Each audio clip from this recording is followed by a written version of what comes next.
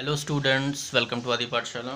आज हम लोग इलेक्ट्रिसिटी का लास्ट पार्ट कवर कर रहे हैं। लास्ट मतलब कि जो थ्योरेटिकल पार्ट है उसका लास्ट कवर कर रहे हैं। That is the part 14। ठीक है, ध्यान से देखना, छोटा सा है ये बिल्कुल।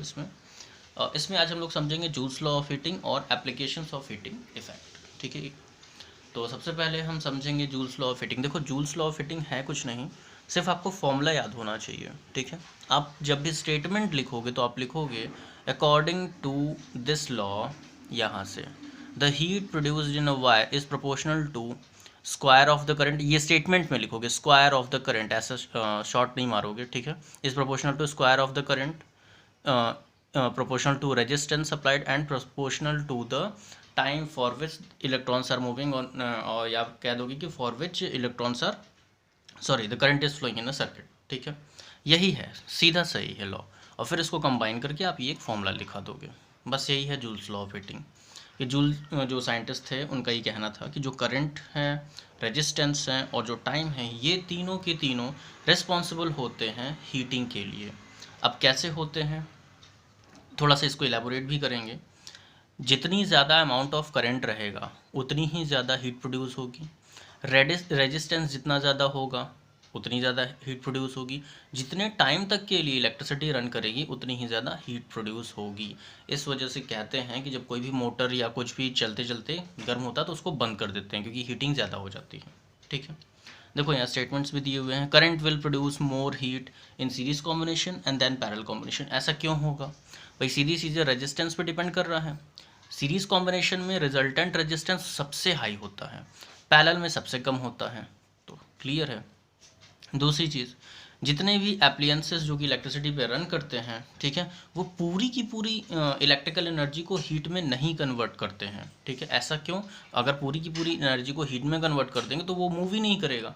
जैसे फ़ैन चला रहे हो, ठीक है, तो फ़ैन मूव ना करके फ़ैन गर्म होना शुरू हो जाए, ऐसा नहीं होना चाहिए। ठीक है, तो बस ये सिंपल सी चीज़ें थी। दूसरा पॉइंट है हमारे पास, एप्लीकेशन क्या है। एप्लीकेशन बहुत ही इजी है, जो आप डेली लाइफ में देख रहे हो। एप्लीकेशन क्या है? हीट का जो भी हीटिंग एप्लियंसेस हैं, जैसे कि इलेक्ट्रिक आयरन है, इलेक्ट्रिक कैटल है, ठीक है, टोस्टर हो गया, रूम हीटर्स हो गए। घरों में पहले लोग हीटर भी जलाते थे, अब तो बंद हो गया है, और कुछ घरों में भी जलाते हैं, देखिए, तो वहाँ पर यूज़ होता है। इसके अलावा जो मेटल है टंगस्टन, ठीक है, उसका इलेक्ट्रिक बल्ब का फिलामेंट बनता है। जो फिलामेंट जो 100 वॉट का बल्ब होता है उसमें यूज़ किया जाता है। वो क्या करता है, 2500 डिग्री सेंटीग्रेड जब टेम्परेचर होता है तब वो ग्लो करता है। ठीक है, उसका रेजिस्टेंस बहुत हाई होता है। वो इसके पहले जो हम लोगों ने वीडियो किया था हीटिंग इफेक्ट, हाँ, हीटिंग इफेक्ट वाले में, उसमें भी ये चीज़ें थी।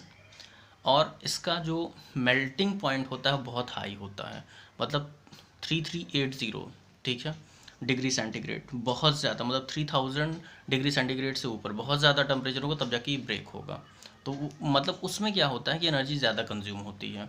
इस वजह से अब उसे रिप्लेस कर दिया गया है आपके एलईडी बल्ब से। ठीक है, जो अभी आते हैं वाइट वाले छोटे। अच्छा, एक चीज़ दूसरी, ये जो बल्ब होता है, ये बल्ब का कॉन्सेप्ट पूछ सकता है आपसे, इस वजह से इसको बता रहे हैं। जो इलेक्ट्रिक बल्ब होता है उसमें क्वेश्चन उठता है कि जब हीट इतनी ज़्यादा प्रोड्यूस होती है, उसके चारों तरफ ऑक्सीजन होती होगी, तो वो ब्लास्ट क्यों नहीं करता, ऑक्सीडाइज क्यों नहीं होता? वो इस वजह से नहीं होता क्योंकि जो इलेक्ट्रिक बल्ब होता है उस फिलामेंट के चारों तरफ या तो ऑर्गन भरते हैं, जो कि एक नोबल गैस है, रिएक्ट नहीं करती, या नाइट्रोजन भरते हैं। नाइट्रोजन का काम होता है ऑक्सीजन की इंटेंसिटी को कम करना, जिससे चांसेस कम हो जाते हैं रिएक्टिविटी के। ठीक है, तो उससे ऑक्सीडेशन नहीं होता और बर्निंग नहीं होती। यहाँ तक हमने इलेक्ट्रिक बल्ब के कॉन्सेप्ट को समझा।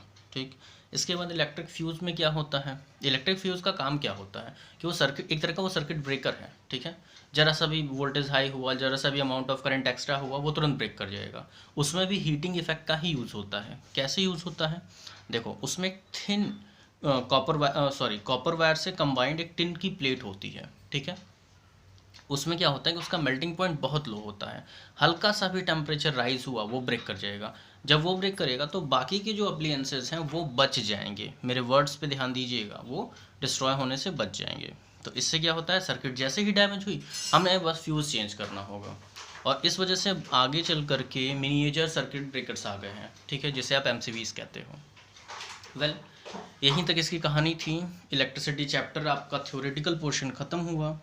अगले वीडियो में हम लोग बात करेंगे न्यूमेरिकल्स पे, ठीक है। तो फॉर्मूले एक बार रिवाइज कर लो, न्यूमेरिकल्स की तैयारी करेंगे, ठीक है। चलिए वीडियो एंड करते हैं। थैंक्स।